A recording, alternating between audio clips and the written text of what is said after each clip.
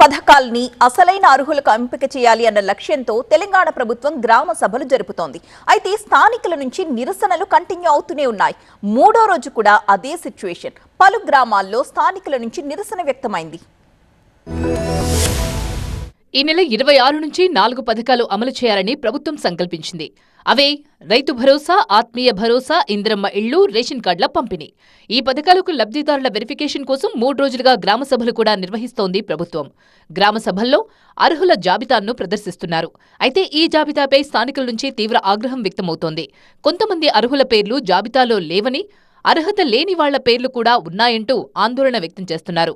తమకు ఎందుకు పథకం రాదో చెప్పాలంటూ అధికారులను ప్రజలు నిలదీస్తున్నారు. ఇప్పుడు దరఖాస్తు చేసుకుంటే లబ్ధిదారుల జాబితాల్లో చేరుస్తామని అధికారులు చెప్తున్నప్పటికీ ప్రజలు ఆగ్రహం వ్యక్తం చేస్తున్నారు. ఎన్నిసార్లు దరఖాస్తులు చేసుకోవాలంటూ నిలదీస్తున్నారు. లబ్ధిదారుల జాబితాపై కాంగ్రెస్ శ్రేణుల్లో సైతం కొంత అసంతృప్తి వ్యక్తమవుతోంది. 10 ఏళ్లలో పేదలకేమీ న్యాయం జరగలేదు. ఆసాములకు 100 కోట్లు ఉన్నోళ్లకు లాభం జరిగింది తప్ప పేదవాళ్లకు గుడిసెకు 200 యూనిట్ల కరెంట్ ఇస్తున్నాము.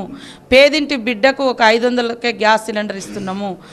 చేతిలో చిల్లి గవ్వ లేకున్నా ఊరు నుంచి హైదరాబాద్లో బిడ్డ కొడుకో లేదా ఆపతుంటే హాస్పిటల్కి వచ్చి పోవడానికి ఫ్రీ బస్ ఇస్తున్నాము. ఇప్పుడు ఇల్లు లేనటువంటి వాళ్ళకి ఇల్లులు ఇస్తున్నాము.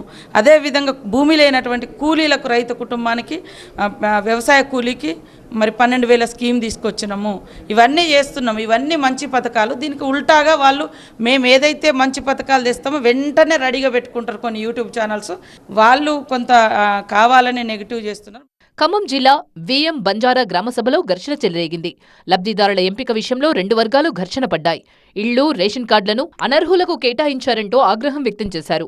ఇరు వర్గాల మధ్య తీవ్ర వాగ్వాదం చెలరేగి ఒకరిపై ఒకరు దాడి చేసుకున్నారు. మేడ్చల్ జిల్లా గోధుమకుంట గ్రామసభలోనూ గందరగోళం నెలకొంది. ఇంద్రమ్మ ఇళ్లలో తమ పేరు రాలేదని కొంతమంది ఆందోళనకు దిగారు. ఈ క్రమంలో బీఆర్ఎస్, కాంగ్రెస్ కార్యకర్తల మధ్య వాగ్వాదం జరిగింది.